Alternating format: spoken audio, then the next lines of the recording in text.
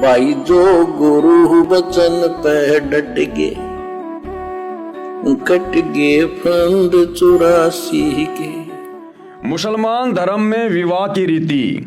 अब आगे गुरुदेव भगवान एक और खुलासा कर रहे हैं जो वर्तमान में विश्व के किसी भी मुसलमान को नहीं पता है। क्योंकि मुसलमान समाज में केवल अपनी सगी बहन से विवाह नहीं किया जाता, अपनी माँ के दूध को छोड़ दिया जाता है। बाकी सगे चाचा की लड़की, सगे ताऊ की लड़की, इनकी आपस में शादियां हो जाती हैं।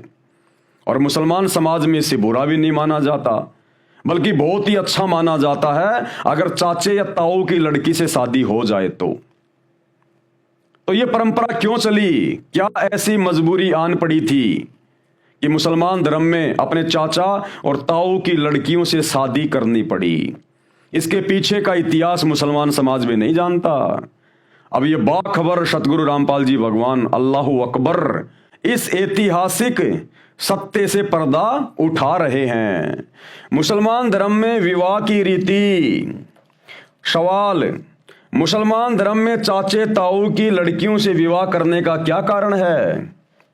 हिंदू धर्म में चाचे ताऊ की लड़कियों से विवाह नहीं होता क्योंकि उनको अपनी बहन समझा जाता है।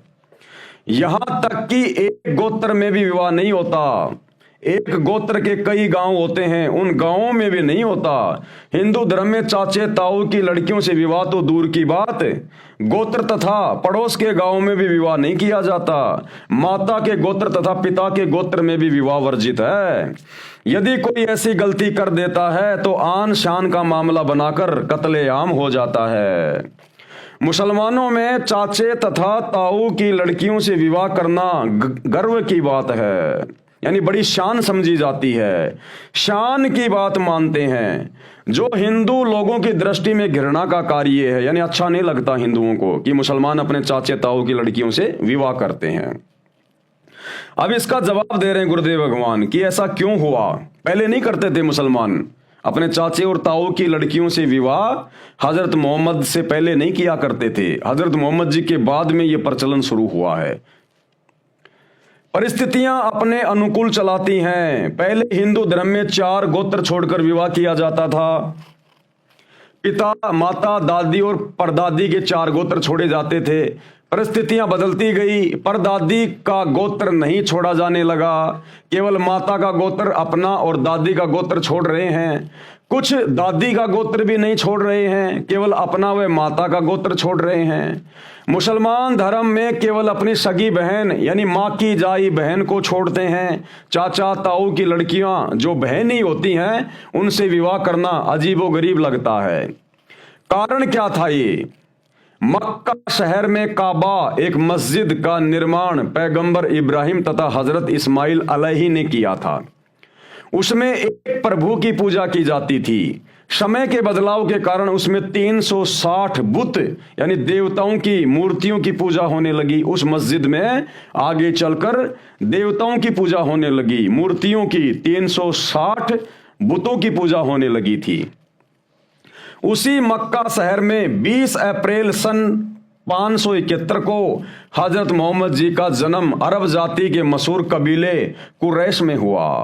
अब देखो भाई और बहनों, ये जो डेट है ना, ये डेट 20 अप्रैल 571, ये 20 अप्रैल 571 को हजरत मोहम्मद का जन्म हुआ। इस 20 अप्रैल की डेट को कोई मुसलमान नहीं जानता। मुसलमान धर्म में ज्यादातर लोग जून का महीना बताते हैं कि जून के महीने में 15 जून या कुछ ऐसा बताते हैं। कुछ लोग कहते हैं कि तीसरे महीने में यानी मार्च के महीने में हजरत मोहम्मद जी का जन्म हुआ था। लेकिन भैया ये अल्लाह कबीर है, सबको पैदा करने वाला है। किसी की भी डेट ऑफ बर्थ इस अल्लाह कबीर से नहीं छुपी, सतगुरु रामपाल जी से। इन्होंने आकर ब्रह्मा विष्णु महेश की, दुर्गा की, शैतान की, इनकी डेट ऑफ बर्थ बता डाली। बस छोटे मोटे पैगंबर तो चीज ही क्या है। तो सतगुरु रामपाल जी परमेश्वर जी ने पहली बार ये खुलासा किया है। मुसलमान धर्म के लोगों को सोचना चाहिए, विचार करना चाहिए कौन है सतगुरु रामपाल जी। तो क्या कह रहे हैं गुरुदेव कि उसी मक्का शहर में 20 अप्रैल सन 571 को हजरत मोहम्मद जी का जन्म अरब जाति के मशहूर कबीले कुरैश में हुआ। जब 40 वर्ष के हुए तब नबी बने। जो भी कुरान में अल्लाह का आदेश हुआ उसका प्रचार हजरत मोहम्मद जी लोगों के कल्याण के लिए करने लगे। पुरानी परंपरागत पूजा जो बुत पूजा थी यानी पाखंड पूजा थी, पत्थरों की पूजा थी, उसका खंडन करने लगे। हजरत मोहम्मद जी लोगों को समझाने लगे कि भैया एक अल्लाह की इबादत करो, बाकी इन बुतों की पूजा छोड़ दो, ये पाखंड है, तुम अल्लाह के साथ में शिरक कर रहे हो। शिरक यानी एक अल्लाह के साथ में किसी दूसरे को शरीक करना, शामिल करना, अल्लाह के साथ में शिरक करना होता है। ये बहुत बड़ा पाप है, धोखा है। तो मोहम्मद जी लोगों को समझाने लगे, एक अल्लाह की भक्ति करना कल्याण कारक बताने लगे, जिसका भयंकर विरोध मोहम्मद जी के कबीले वाले यानी कुरैश वालों ने ही किया। जैसे ये कबीर परमात्मा सतगुरु रामपाल जी 650 साल पहले बनारस के काशी में आए, 120 साल तक रहे और परमेश्वर का उन मुल्ला मौलवियों ने, काजियों ने, पंडितों ने, ब्राह्मणों ने, धर्मगुरुओं ने कितना ज्यादा विरोध किया जब परमात्मा ने एक परमेश्वर सत्य पुरुष की भक्ति पे जोर दिया। और वो स्थिति आज है।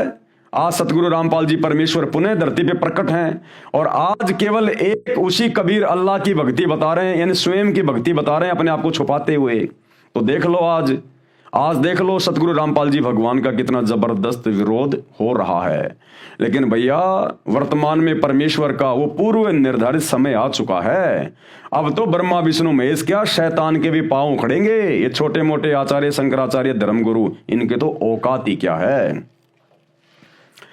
जिन व्यक्तियों ने कुरान का आदेश माना उनको आज्ञाकारी यानी मुसलमान, तथा जो इनकार करते थे उनको काफिर यानी अवज्ञाकारी कहा जाने लगा।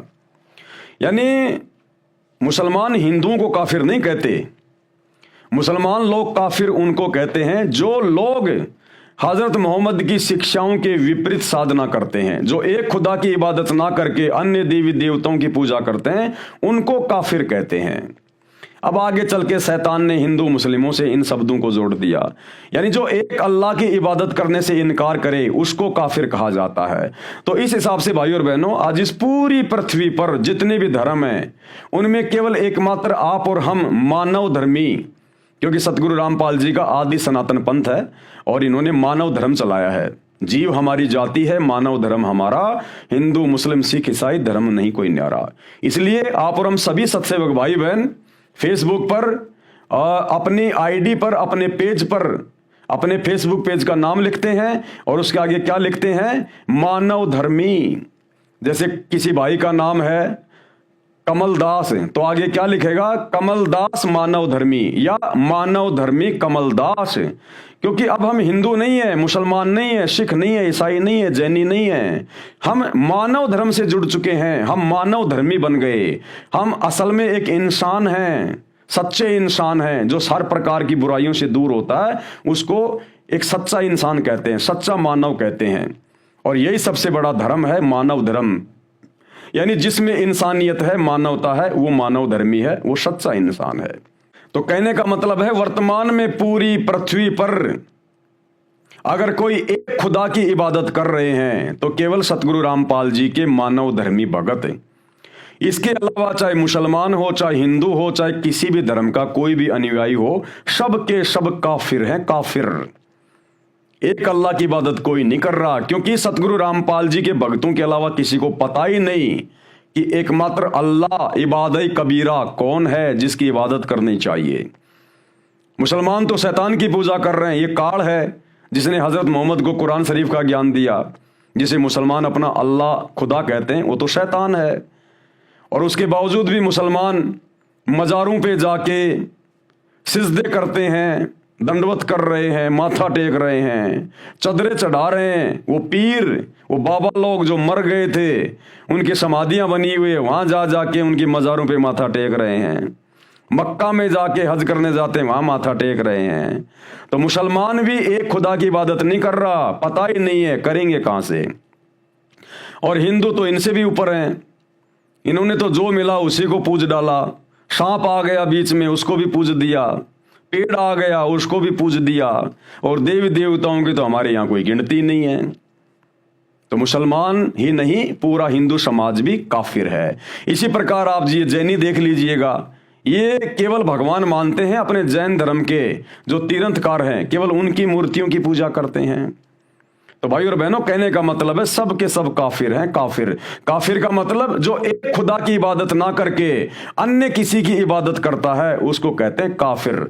या फिर सच्चे खुदा की इबादत के साथ साथ अन्य को शरीक कर रहे हैं, अन्य देवी देवताओं को भी शामिल कर रहे हैं, परमात्मा के बराबर मान के, किसी भी साधु संत महात्मा को परमात्मा के बराबर मान के जो पूज रहे हैं वो भी काफिर हैं।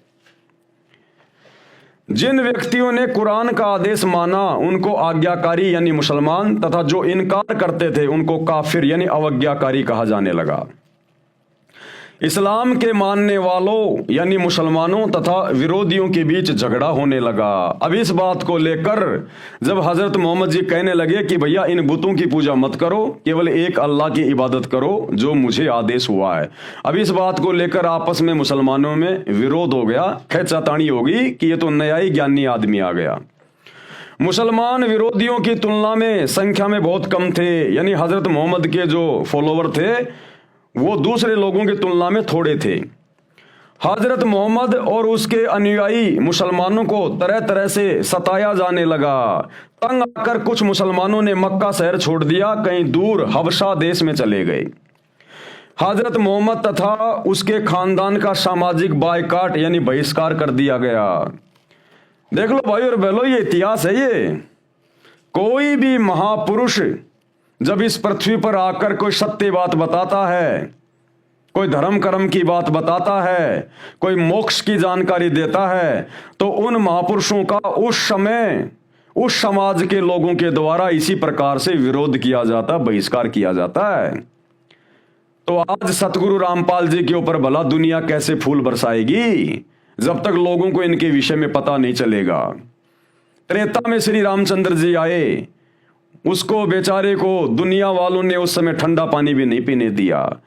अरे उसकी औरत को भी उठा लिया, 14 साल तो जंगल में भटकता रहा। खुद की चाची ने राजा दशरथ से 14 साल का वनवास दिलवा दिया। घर वाले भी उनको परमात्मा नहीं मानते थे, कोई अवतार नहीं मानते थे।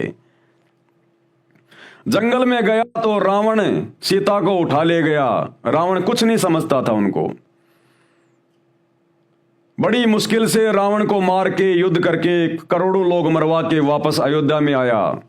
कुछ ही सालों के बाद अयोध्या की जनता तरह तरह की बातें करने लग गई। एक धोबी के व्यंग करने से रामचंद्र जी ने अपनी पत्नी गर्भवती सीता को जंगल में निकाल दिया। आजीवन जंगल में रही, राम की शक्ल भी देखना पसंद नहीं किया। राम के दोनों बेटे, एक सीता से पैदा था और एक महर्षि वाल्मीकि ने अपनी शक्ति से पैदा किया था, घास के तिनके से। दोनों अपने बाप के दुश्मन हो गए। अपने सगे भाई लक्ष्मण को मृत्यु दंड देना पड़ा श्री रामचंद्र जी ने। और अंत में हालात ये हो गए, श्री रामचंद्र जी इतने दुखी हो गए, अंत में उनको आत्महत्या करनी पड़ी। आत्महत्या, सरयू नदी में छलांग मार के डूब के मरे। शास्त्रों में कह दिया कि जल समाधि ले ली। जल समाधि का मतलब है जल के अंदर डूब के मरना, कूद के मरना। त्रेता में श्री रामचंद्र जी को ठंडा पानी भी नहीं पीने दिया किसी ने। और आज वर्तमान में उनको भगवान मान के पूज रहे हैं, उनके मंदिर बनाए जा रहे हैं, उनके नाम के झंडे गाड़े जा रहे हैं, उनके नाम से लड़ने मरने को तैयार हो रहे हैं। नियम मर्यादा किसी की नहीं है। मुंह में तो पान मसाला ठुका हुआ है, हाथ में झंडा, जय श्री राम, दूसरे को और थूक मार रहा है। अरे उस समय मानते उनको जय श्री राम, जिस समय वो त्रेता युग में आया था। अब मरने के बाद में क्या दे देगा जय श्री राम? कुछ नहीं है जय श्री राम के पास। अब भाई जैसे कोई आदमी डॉक्टर के पास जाएगा तो डॉक्टर उसको मेडिसिन देगा, उसका इलाज करेगा, उसको कोई फायदा पहुंचाएगा।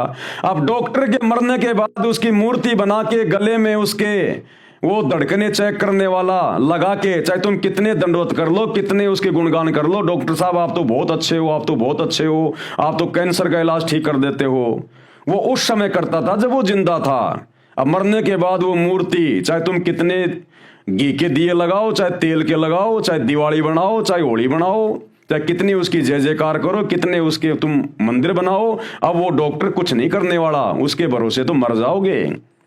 तो वर्तमान में चाहे श्री राम की मूर्ति हो, चाहे मंदिर हो, चाहे श्री कृष्ण जी की मूर्ति हो, चाहे मंदिर हो, वर्तमान में केवल उस डॉक्टर की मूर्ति की तरह है, कुछ नहीं कर सकती।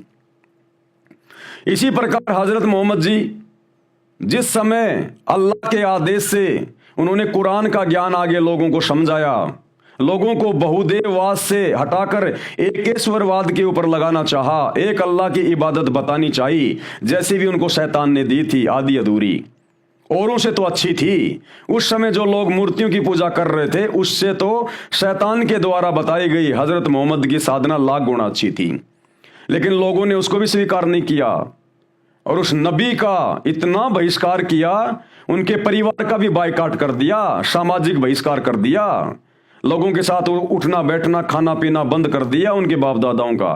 कर उनके फादर तो उनके जन्म से पहले मर गए थे, बाकी उनके जो परिवार वाले थे, उनकी पत्नी थी खदीजा और उनका जो वो चाचा था, उनका सामाजिक बहिष्कार कर दिया गया था। और इसी सामाजिक बहिष्कार से दुखी होकर हजरत मोहम्मद जी की पत्नी खदीजा और उनका चाचा दोनों की डेथ हो गई, उनकी मृत्यु हो गई। और आज हमारा नबी नबी के नाम पे हम ये कर देंगे वो कर देंगे, नबी की शान में गुस्ताखी कर दी, सर कलम कर देंगे। और उस समय बेचारे नबी की हालत इतनी भयंकर दुर्गति कर रखी थी, नबी का पूरा परिवार बर्बाद हो गया था, तुम ही मुसलमानों के कारण।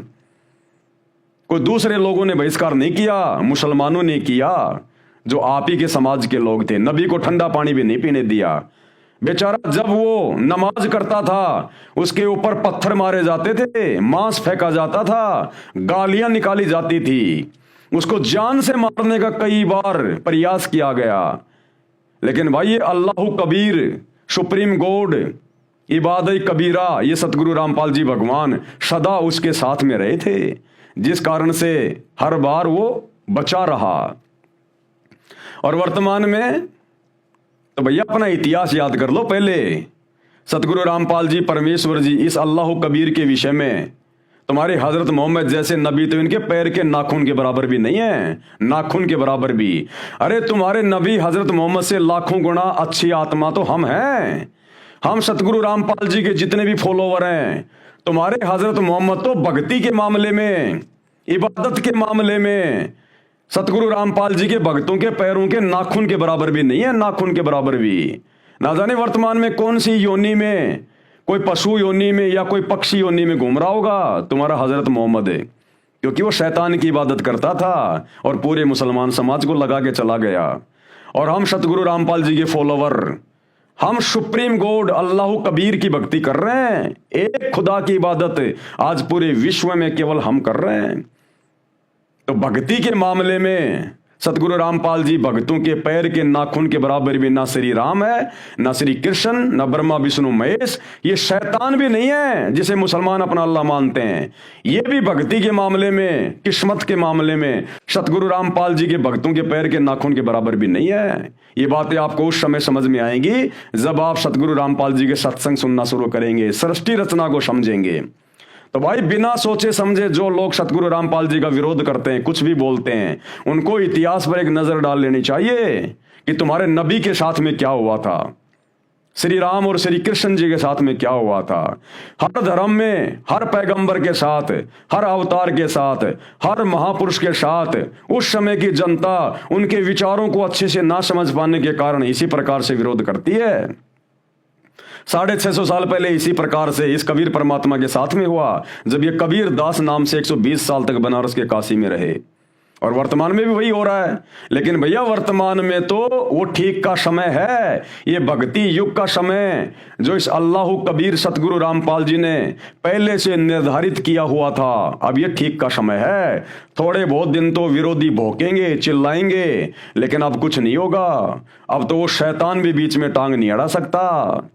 परमात्मा उसको भी 1000 साल के लिए गहरी नींद में सुला देगा और अपनी असंख्य आत्माओं को इस काल के जाल से निकाल के सतलोक लेके जाएगा।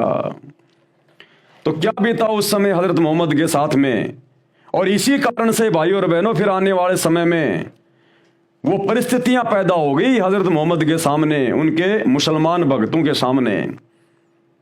जब मोहम्मद जी ने केवल एक खुदा की इबादत पे जोर दिया तो बाकी लोगों ने विरोध कर दिया, और हजरत मोहम्मद के जो मुसलमान फॉलोवर थे, जो इस्लाम को कबूल कर चुके थे, उनके घरों में अपनी बेटियों की शादी भी करने से इनकार कर दिया कि ये तो काफिर हैं, काफिर, हमारे देवी देवताओं को नहीं मानते, ये तो बुतों की पूजा नहीं करते, हम इनके घरों में शादी विवाह नहीं करेंगे। अब भाई इस्लाम को मानने वालों की संख्या थोड़ी थी, इसलिए मजबूरी वश आपस में चाचे और ताऊ की लड़कियों के साथ में शादी करने का प्रचलन शुरू हो गया। ये मजबूरी थी, क्योंकि अन्य समाज के लोग हजरत मोहम्मद जी से और उनके भक्तों से घृणा करते थे, नफरत करते थे और शादी विवाह नहीं करते थे, अपनी लड़कियां उनको नहीं देते थे, जिस कारण से आपस में उन लोगों को मजबूरी वश अपने सगे चाचे और ताऊ की लड़कियों के साथ में शादी विवाह करनी पड़ी, अपने वंश को, अपनी संख्या को आगे बढ़ाने के लिए। तंग आकर कुछ मुसलमानों ने मक्का शहर छोड़ दिया, कहीं दूर हबशा देश चले गए। हजरत मोहम्मद तथा उसके खानदान का सामाजिक बायकाट यानी बहिष्कार कर दिया। 3 साल तक हजरत मोहम्मद के खानदान के लोगों को बहुत मुसीबत की जिंदगी गुजारनी पड़ी। बच्चे भूख और प्यास से बिलखते थे, बड़े लोग पत्ते खाकर वक्त गुजार रहे थे, बड़े लोग पत्ते खाकर वक्त गुजार रहे थे। आज वर्तमान में कुछ एक कमजोर बुद्धि के प्राणी यानी हमारे खुद के भगत भाई बहन जो सतगुरु रामपाल जी के फॉलोवर हैं, सतगुरु रामपाल जी के परिवार की चापलूसी करते हुए और ये कहने से बाज नहीं आते कि सतगुरु रामपाल जी के परिवार ने जो संघर्ष किया वो कोई कर नहीं सकता, ये परिवार तो भूखा मर जाता, ये हो जाता, वो हो जाता, इस परिवार ने बहुत संघर्ष किया है गुरुदेव के नौकरी छोड़ने के बाद। अरे संघर्ष क्या होता है, ये देखो इधर संघर्ष किया था हजरत मोहम्मद के परिवार ने, उनके बड़े बुजुर्गों को उस समय जब वो एक परमात्मा की भक्ति करने लगे तो विरोध के कारण सामाजिक बहिष्कार कर दिया था। आज सतगुरु रामपाल जी के परिवार को धनाना से बाहर नहीं निकाला किसी ने, और उनके पूर्वज, नबी के पूर्वज पेड़ के पत्ते खा खा के टाइम पास किया करते थे, पत्ते खा खा के। ये लोग तो भैया देसी घी का हलवा खा रहे हैं, 56 प्रकार के भोग खा रहे हैं। संघर्ष क्या होता है एक नजर इधर मार के देख लो इतिहास पे। संघर्ष हजरत मोहम्मद तथा उसके खानदान का सामाजिक बायकाट बहिष्कार कर दिया। 3 साल तक हजरत मोहम्मद के खानदान के लोगों को बहुत मुसीबत की जिंदगी गुजारनी पड़ी। बच्चे भूख और प्यास से बिलखते थे, बड़े लोग पत्ते खाकर वक्त गुजार रहे थे। 3 वर्ष बाद बहिष्कार तो समाप्त हो गया, परंतु मोहम्मद के चाचा अब्बू तालिब तथा पत्नी खदीजा का देहांत हो गया। इसी दुख के कारण, इसी गम के कारण हजरत मोहम्मद जी का परिवार भी तबाह हो गया। इसको कहते हैं संघर्ष। इसी दुख के कारण हो गया। मक्का के उत्तर में मदीना शहर था, जिसे पहले यसरीब के नाम से जाना जाता था। मदीना वासियों ने इस्लाम को शीघ्र स्वीकार कर लिया। अब मक्का के उत्तर में यानी मक्का जहां पर मोहम्मद जी रहते थे, उनका परिवार रहता था, उसके उत्तर में मदीना नाम का शहर था। मदीना के लोगों ने हजरत मोहम्मद की बातों को बहुत जल्दी स्वीकार कर लिया, तो सबके लोग वहां चले गए। 53 वर्ष की आयु में हजरत मोहम्मद अपने साथियों व परिवार के साथ मक्का छोड़कर मदीना में जाने लगे। जाते समय भी उनको मारने की योजना विरोधियों ने बनाई। अब देखो कैसे परमात्मा अपनी प्यारी आत्मा के साथ में रहता है। मोहम्मद के घर के सामने विरोधी जमा हो गए कि रात्रि में मोहम्मद के घर में घुसकर कत्ल करेंगे। अल्लाह की कृपा से, कौन से अल्लाह की कृपा से, वो शैतान तो चाहता था कि इसको मरवा दूं मैं, ताकि ये पंथ आगे ना बढ़े, ये भक्ति आगे ना बढ़े। लेकिन अल्लाह की कृपा से, अल्लाह कबीर, सुप्रीम गॉड, बाखबर सतगुरु रामपाल जी भगवान, ये अपनी आत्माओं के साथ में रहता है। अल्लाह की कृपा से सब ऊँगने लगे। रात को नींद आ गई सबको, जो ले लेके तलवार बैठे हुए थे कि रात को मारेंगे मोहम्मद को। हजरत मोहम्मद चुपचाप निकल गए। आगे चलकर दुश्मनों के डर के कारण 3 दिन तक अपने मित्र अब्बू बकर के साथ एक गुफा में गारे शोर में छुपे रहना पड़ा। यह है संघर्ष। अब सोचो भाई और बहनों, हजरत मोहम्मद जी ने केवल शैतान की साधना को आगे बढ़ाने के लिए इतना संघर्ष किया। यानी आप और हम सतगुरु रामपाल जी के फॉलोवर्स को विचार करना चाहिए, आप और हम क्या संघर्ष कर सकते हैं। छोटी मोटी समस्या आ जाती है तो हम रोने लग जाते हैं। अरे हमें तो सुप्रीम गॉड मिला है, सुप्रीम गॉड की इबादत मिली है, हमारा तो इसी जन्म में मोक्ष होना है। हजरत मोहम्मद को तो शैतान मिला था, शैतान, और वो तो शैतान का प्रचार प्रसार कर रहा था। कुछ भी नहीं मिलना था उसको, जन्नत भी नसीब नहीं हुई हजरत मोहम्मद को। जिस शैतान के प्रचार प्रसार को करने के लिए उन्होंने अपना परिवार भी दांव पे लगा दिया, उनका खानदान भी उस संघर्ष में नष्ट हो गया, और खुद पूरी जिंदगी किस कदर संघर्ष करता रहा, लोगों की मार पिटाई खाई, गालियां खाई, जिल्लत सहन करी, और अंत में मौत भी सही प्रकार से नहीं हुई, तड़प तड़प के मरा, और अंत में मृत्यु भी जिल्लत वाली हुई। शैतान ने उसको मृत्यु भी शांति से नहीं दी, अंत में तड़प तड़प के मरा हजरत मोहम्मद। 3 बेटे उसकी आंखों के सामने मर गए। तो भाई और बहनों, आप और हमें तो सच्चा खुदा मिला है, इबादत कबीरा, अल्लाहु कबीर। आप और हम तो जितना संघर्ष कर जाएं उतना थोड़ा है। परमात्मा कहते हैं नर संसारी लगन में, यानी सांसारिक काम धंधे में, अपने परिवार के पालन पोषण में, नर संसारी लगन में दुख सहे करोड़ा, और वही परमार्थ के कारण जितना सहे उतना थोड़ा।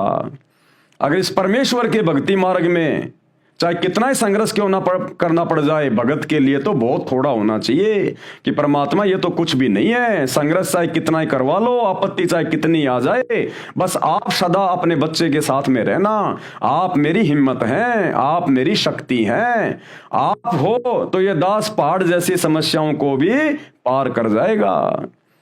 तो भाई और बहनों, छोटी मोटी समस्या आने पर आप और हमने दुखी नहीं होना चाहिए, निराश नहीं होना चाहिए।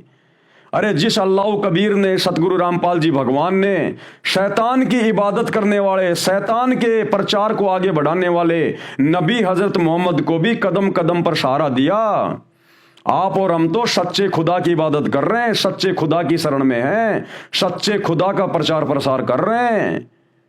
अल्लाह हमें कदम कदम पर हमारी मदद करेगा, कदम कदम पर हमारे साथ है। वरना इस कलयुग में इस समय हम एक शब्द भी नहीं निकाल सकते लोगों को समझाने के लिए, एक शब्द भी। तो समर्थ हमारे साथ में है, तभी तो हिम्मत मिली हुई है।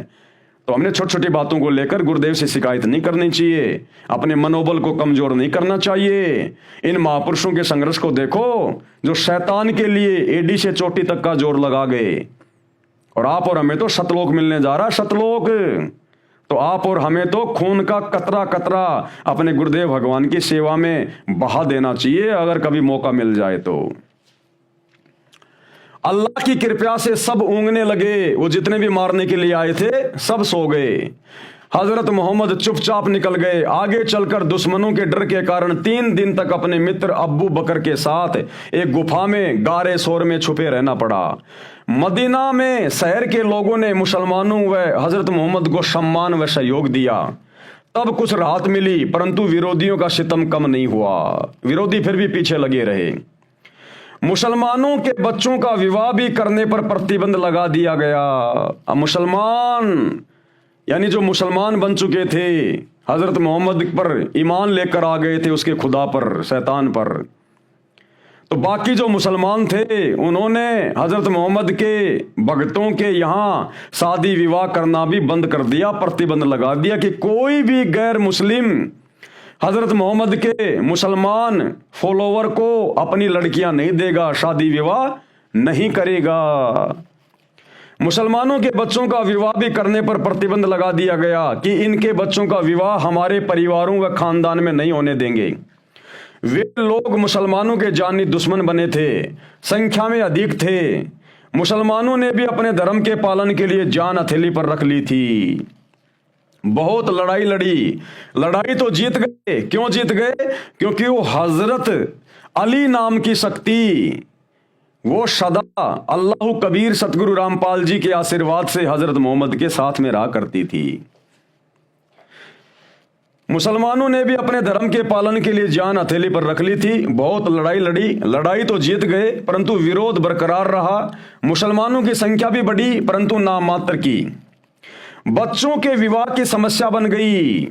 मुसलमानों ने विमर्श करके अपने बच्चों का विवाह अपने ही परिवारों में करना पड़ा। यहां से यह परंपरा शुरू हुई है मुसलमान धर्म में, अपने चाचा ताऊ की लड़कियों के साथ में या लड़कों के साथ में विवाह करना। इन लोगों ने जानबूझकर ऐसा करना शुरू नहीं किया, ये इनकी मजबूरी बन गई थी उस समय अपनी संख्या को बढ़ाने के लिए, इसलिए इन्होंने परिस्थितियों के अनुसार ऐसा करना पड़ा। मुसलमानों ने विमर्श करके अपने बच्चों का विवाह अपने ही परिवारों में करना पड़ा। चाचे व ताऊ की लड़कियों से विवाह करने लगे, जो मजबूरी तथा जरूरी था। अपना वंश भी चलाना था, धर्म का पालन भी करना था। कुछ समय तक तो यह विवाह क्रम अजीब लगा, परंतु परिस्थितियों और लंबा समय गुजर जाने के कारण सब भूलना पड़ा। अब चाचे ताऊ की लड़कियों से विवाह करना शान व इज्जत का सबब बन गया। चाचे ताऊ के अतिरिक्त लड़की का विवाह बेइज्जती माना जाने लगा। पहले जब कभी दो मुसलमान स्त्रियां आपस में झगड़ती थी और उनमें से एक चाचे ताऊ के घर की बजाय अन्य घर की विवाही होती थी, तो उसे ताना देती थी कि तू इज्जत वाली होती तो चाचे ताऊ के घर की रहती। वर्तमान में दूसरे परिवारों व दूर देश में भी विवाह होने लगा। अब वर्तमान में फिर इतने लंबे समय के बाद में परिस्थितियां फिर से बदलने लगी है। अब मुसलमान धर्म में आपस में दूर देश में भी शादी विवाह होने लगे हैं। इस प्रकार मुसलमानों में चाचे तथा ताऊ की लड़कियों के साथ विवाह की परंपरा चली, तो वर्तमान में बड़ी इज्जत का जो गुरु बचन पे डट गे, कट गे फंद 84 के, कट गे फंद 84 के, कट गे फंद 84 के।